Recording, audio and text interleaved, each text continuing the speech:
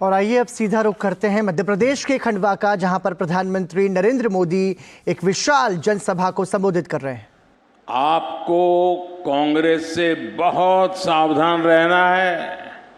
आप ये गलती मत करना। इतने दिन बाहर रहे सुधर गए होंगे, वो सुधरे नहीं है। उनकी भूख ज्यादा तेज हो गई है।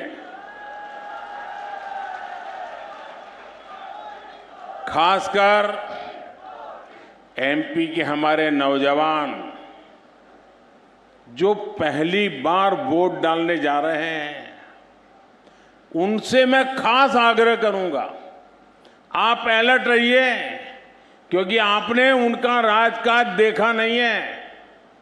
जब आप 8-10 साल के थे तब वो थे यहां। आपको उनके खतरनाक खेल का पता नहीं है। जरा अपने परिजनों को पूछना, अपने बुजुर्गों को पूछना, माता पिता को पूछना कि उस समय क्या हाल था, तो आपकी आंखें फट जाएगी। ये कैसा मध्य प्रदेश बना करके रखा था। जनता ने हाथ जोड़ करके कहा भागो यहां से।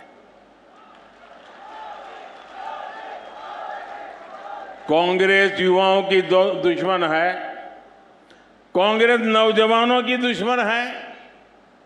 मैं चाहता हूं जितने भी हमारे साथी हैं, और मैं खास करके हर माता पिता से कहता हूं, वे अपने बच्चों को बिठाएं और उन्होंने कैसी मुसीबतें झेली थी, जरा उनको बताएं तो उनको पता चले, अच्छा ऐसे लोग भी मध्य प्रदेश में राज करते थे।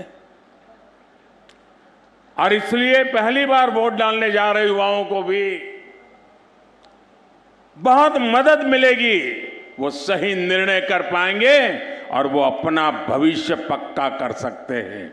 और नौजवानों, औरों के लिए हो सकता है सरकार बनाने के लिए वोट हो, औरों के लिए शायद 5 साल का हिसाब किताब करने के लिए वोट हो। नौजवानों के लिए तो खुद के 25 साल का भाग्य तय करने के लिए वोट डालना है। आप ऐसी उम्र में हैं, अगर आपका कालखंड डूब गया, आप अगर आज 25 साल के हैं, अगर 5 साल गए, 30 साल के बाद कौन पूछेगा आपको। दोस्तों, मुझे आपकी चिंता हो रही है। कृपा करके आप अपना भविष्य ऐसे हाथों में मत दीजिए जो हाथ बदनामी से भरे हुए हैं।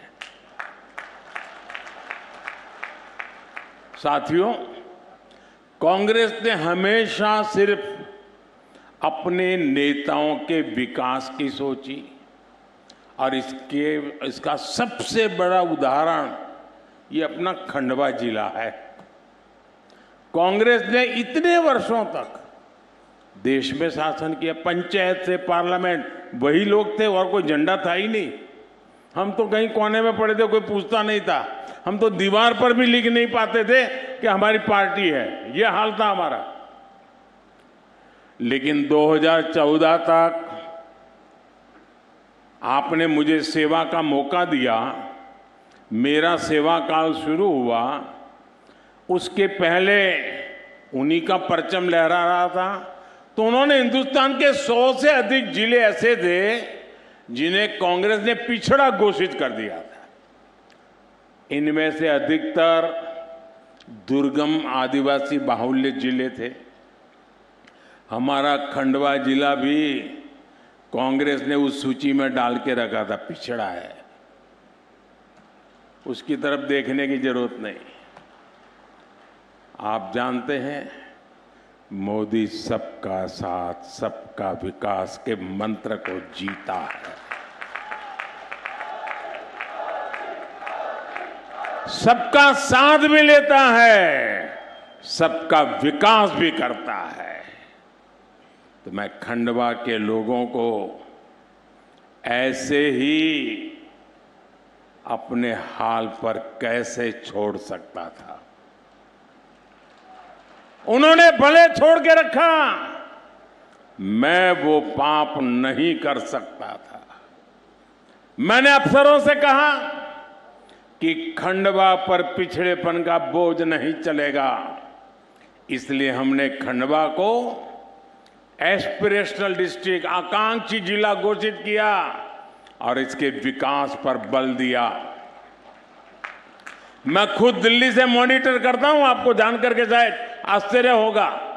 रेगुलर देखता हूं देश में कितने जिले आकांक्षी हैं और उन जिलों में डेली क्या प्रगति हो रही है। मैं खंडवा को भी बहुत बारीकी से नजर करता रहा हूं। साथियों, आकांक्षी जिलों में कैसे काम होता है ये खंडवा में भी दिख रहा है और मुझे गर्व है। यहां के जो अधिकारियों की टोली मुझे मिली, उन्होंने मेरी इच्छा के अनुसार जी जान लगा दिया काम में और जो बुरा हाल था उसमें से बाहर लाया हूं और अब नई ऊंचाई पर लेके जाके रहूंगा, ये भी मेरी गारंटी है। खंडवा की नई पहचान अब देश के बिजली केंद्र के रूप में हो रही है। यहां एशिया का पहला 600 मेगावाट का फ्लोटिंग सोलर पावर प्लांट यह आपके गौरव में नया इजाफा करने वाला है। बड़ी मात्रा में यहां जल विद्युत का उत्पादन हो रहा है। आपके बच्चों का भविष्य उज्जवल बने, इसके लिए यहां शिक्षा के अनेक नए संस्थान बने।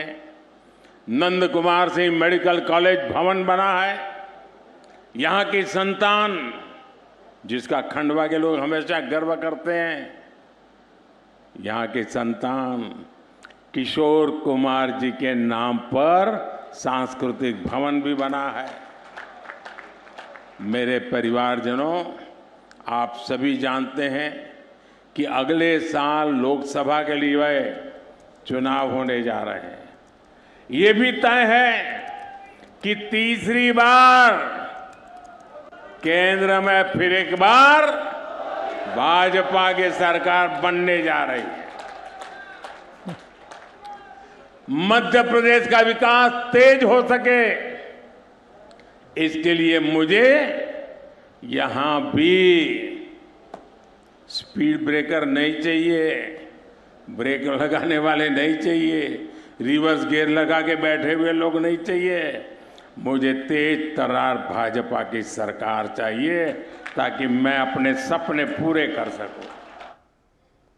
प्रधानमंत्री नरेंद्र मोदी को आप सुन रहे थे। मध्य प्रदेश के खंडवा में